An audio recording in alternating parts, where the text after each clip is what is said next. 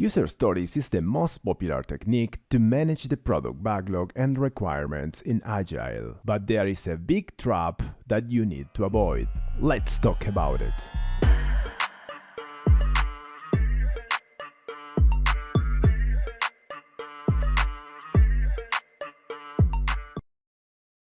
User stories.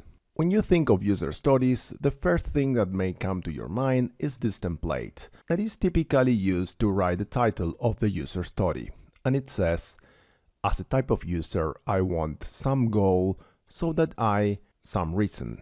There is a big misconception that many people think that if you write something with this template, you have a user story. And this is it. And I'm afraid that's incorrect. Wait. This is not a user story. This is just a reminder of a conversation.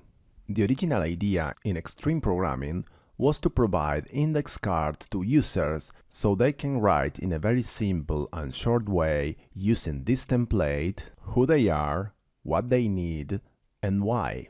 We are also validating that someone real will use this feature and needs this to get some achievement or fix a real problem and to get a real benefit and real value from it. A common trap to be avoided with this template is that the user typically suggests a solution as a goal and we just fulfill it without thinking what is the real problem that he or she wants to solve. I strongly recommend finding the root cause of the problem first, and that will give us many ideas for more and better solutions. Fall in love with the problem and not with the solution. So once you have these cards as a reminder that someone might need this, you put them in a list, prioritize, but you don't waste time to get much more details.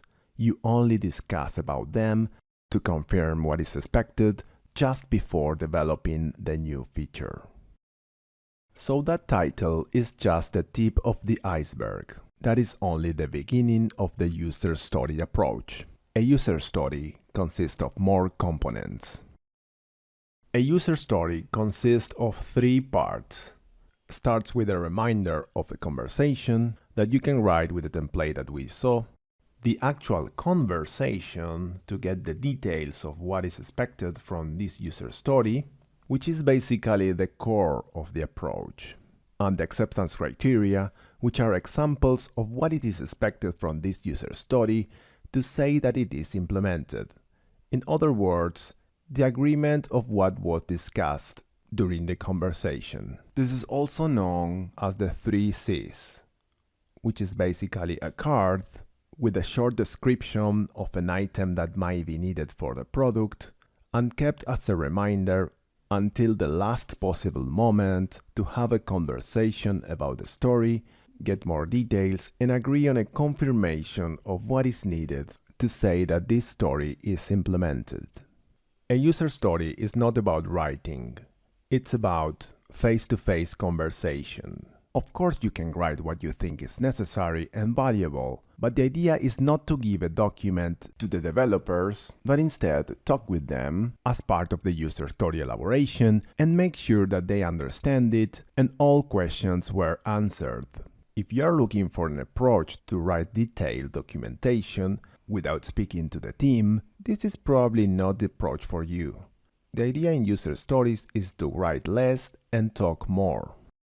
Given that the developers build something that was recently discussed, they work with fresh information and ideas. What do you think? Have you applied or will you apply these concepts? Tell us more in the comments below.